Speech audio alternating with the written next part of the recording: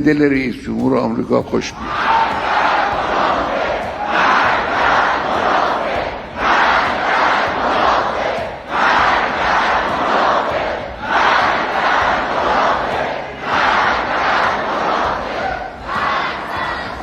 چون او گفته که به حرف بی‌ربطی በመካከለኛው ምስራቅ እምብርት ላይ የምትገኘው ኢራን በአሁኑ ሰዓት በታሪኳ አይታው በማታውቀው እጅግ አስፈሪ የፖለቲካና የደህንነት ማዕበል ውስጥ ትገኛለች። ላለፉት 2 ሳምንታት የቀጠለውና አሁን መላውን የሀገሪቱን 31 ግዛቶች ያዳረሰው ህዝባዊ ተቃውሞ ወደ ለየለት አብዮትነት ተቀይሯል። የኢራን መንግስት የኢንተርኔትና የዓለም አቀፍ ስልክ መስመሮችም ሙሉ በሙሉ በመዝጋት ከዓለም ተገልለዋል። ዓለም አቀፍ በረራዎችም ባዛሮችም ተዘግተዋል። ተቃውሞ የጀመረው በኢኮኖሚ ውድቀትና በኑሮ ውድነት ሰበብ ቢሆንም አሁን ግን የገዢውን ስርዓት ስልጣን እስከ መነቅነቅ ደርሷል። በተለይም በስደት የሚኖሩት የቀድሞ አልጋ ወራሽ ልዑል ሬዛ ፓህላቪ ህዝቡ ወደ አደባባይ እንዲወጣ ባደረጉት ጥሪ መሰረት ተቃውሞ በሐሙስና በአርብ እጅግ አውዳሚ ወደሆነ ደረጃ ተሸጋግሯል። በቴህራን በራሺስትና በዛዲያን ከተሞች የሚታየው ትዕይንት ጦርነት የሚመስል ሲሆን የመንግስት የዜና ማሰራጫዎች ሳይቀሩ ከተሞች የጦርነት ቀጠና መስለዋል ሲሉ በይፋ እየዘገቡ ነው። هزار و اندی از هممیهنان ما حالا غیر از سرداران و دانشمندان و بزرگان از آحاد مردم به شهادت رسیدن. این شخص گفت که من دست ሰልፈኞች ሞት ለካሚኔ ሞት ለዲክታተሩ የሚሉ መፈክሮችን እያስተጋቡ ሲሆን ይህም ስርዓቱ ያለበትን ከፍተኛ የስጋ ደረጃ ያሳያል። የሀገሪቱ ከፍተኛ መሪ አያቶላ አሊ ካሚኔ ኢንተርኔት መቋረጥ በነገሰበት ሀገር ውስጥ ሆነው በቴሌቪዥን ባረጉት ንግግር የሀገሪቱን ወጣቶች የባዕድ ሀገር ቅጥረኞች በማለት ፈርጀዋቸዋል። ካሚኔ ንግግራቸውን ያነጣጠሩት በዩናይትድ ስቴትስ ፕሬዝዳንት ዶናልድ ትራምፕ ላይ ነበር። ትራምፕን ትዕቢተኛና ደመኛ ጠላት ሲሉ የጠሩ ሲሆን ትራምፕ እንደ ቀድሞዎቹ ገዢዎች እንደ ፈርዖን እንደ ናምሩርና እንደ ኢራኑ ንጉስ መሐመድ ሬዛ ፓህላቪ ሁሉም ከስልጣን ይወርቃል ሲሉ ዝተዋል። ካሚኔ አክለውም ትራምፕ የገዛ ሀገሩን ችግር መፍታት የማይችል መሪ መሆኑን በመጥቀስ የኢራን ህዝብ የትራምፕን ፍላጎት ለማርካት ሲል ሀገሩን እያወደመ መሆኑን ገልጸዋል። የኢስላማዊቷ ሪፐብሊክ በመቶ ሺህ የሚቆጠሩ ሰማዕታት ደም የመጣች ናት፣ በሁከት ፈጣሪዎች ፊት ደግሞ ፈጽሞ አታፈገፍግም ሲሉ ቆራጥነታቸውን ገልጸዋል። በሌላ በኩል ዋይት ሀውስ ለኢራን መንግስት የሰጠው ምላሽ እጅግ የከረረ ነው።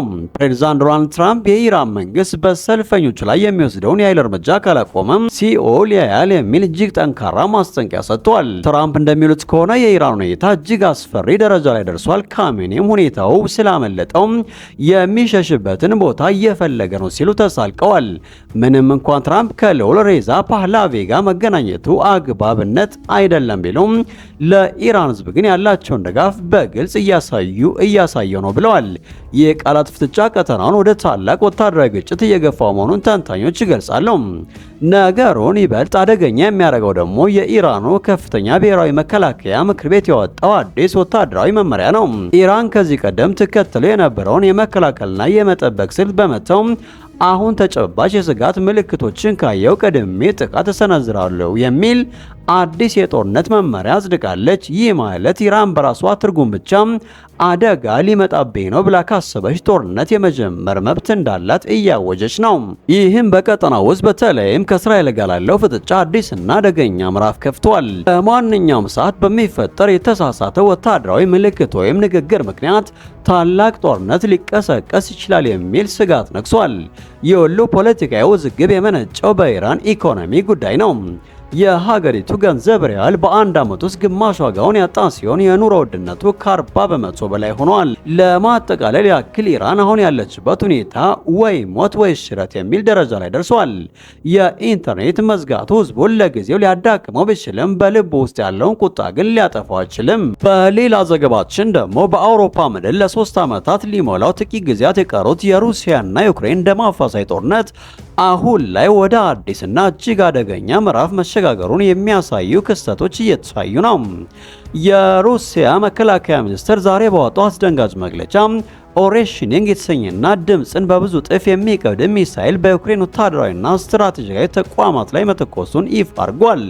ይህ ሚሳኤል እጅግ ከፍተኛ ፍጥነት የሚጓዝና በአሁኑ ሰዓት ባሉ የሚሳኤል መከላከያ ስርዓቶች ለመጥለፍ እጅግ አዳጋች መሆኑ ይነገራል። ሞስኮ ይህንን እርምጃ የወሰደችው ዩክሬን በምዕራባውያን የሚሰጡትን የረጅም ርቀት ሚሳኤሎች በመጠቀም በሩሲያ ግዛት ላይ ለፈጸመችው ጥቃት የአጸፋ ምላሽ ለመስጠት እንደሆነ ተገልጿል።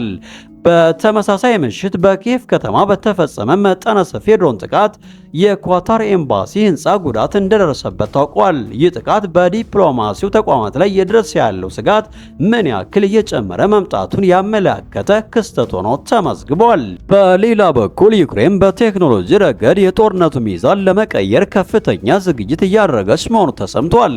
የዩክሬን የዲጂታል ትራንስፎርሜሽን ሚኒስትር የሆኑት ሚካኤሎ እንደገለጹት ሀገራቸው በአሁኑ ሰዓት ከ1400 በላይ ዘመናዊ ድሮኖችን ገዝታለች። እነዚህ ድሮኖች በዋናነት ለስለላና ለመረጃ ማሰባሰቢያ የሚያገለግሉ እንደ ፍላይ ያሉ ሞዴሎች ናቸው።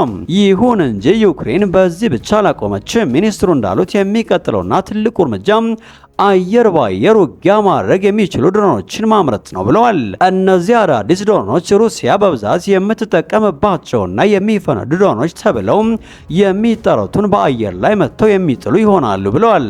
ፌርዶቭ ይህንን ጦርነት የመጀመሪያው የኢንተርኔት ዘመን ጦርነት ሲሉ የገለጹ ሲሆን በተለይም የኤለን ማስክ ስታርሊንክ የሳተላይት ኢንተርኔትና የድሮን ቴክኖሎጂዎች የውጊያውን መልክ ሙሉ በሙሉ እንደሚቀይሩት አብራርተዋል።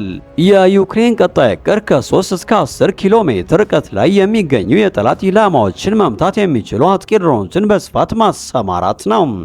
ይህም ዩክሬን በራሷ ቴክኖሎጂ የምታመርታቸው ድሮኖች የጦርነቱ ቀጣይ ምዕራፍ መወሰኛ እንደሚሆኑ ይጠበቃል። ይህ በእንዲህ እንዳለ ሩሲያ ዩክሬንን በከባድ ሁኔታ መውቀሷን ቀጥላለች። ከዩክሬን ድንበር 370 ማይል ወይም 600 ኪሎ ሜትር ያክል ርቆ በሚገኘው የሩሲያ የኤግልስ የአየር ጦር ሰፈር ላይ የድሮን ጥቃት መፈጸሙን ሞስኮ አስታውቃለች።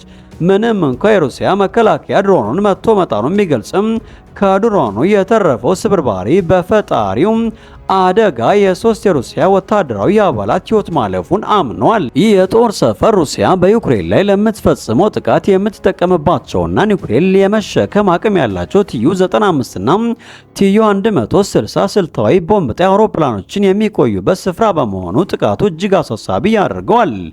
ዩክሬን ለነዚህ ጥቃቶች በይፋ ኃላፊነት ባትወስድም ባለስልጣናቱ ግን ሩሲያ በገዛ ግዛቷ ውስጥ ለምታረሰው ጥፋት የአጸፋ እርምጃ መጠበቅ እንዳለባት በተደጋጋሚ ፍንጭ ሰጡ ቆይተዋል። በአጠቃላይ የሁለቱ ሀገራት ጦርነት አሁን ላይ ወደ ቴክኖሎጂና ወደ ከፍተኛ ሚሳኤሎች ሽኩቻ ተቀይሯል። የሩሲያ የኦሬሽኒንግ ሚሳኤል ሙከራና የዩክሬን የአየር ላይ ተዋጊ ድሮኖች ዝግጅት በቀጣዮቹ ወራት ግጭቱ ይበልጥ ደም አፋሳሽና ውስብስብ ሊሆን እንደሚችል አመላካች ሆኗል። ዓለም አቀፉ ማህበረሰብ ይህ የጦርነት ግለት ወደ ጎረቤት ሀገራት እንዳይዛመትና የኒኩሌር ስጋትን እንዳያመጣ በከፍተኛ ስጋት እየተከታተሉ ይገኛሉ። ሰናይ ጊዜም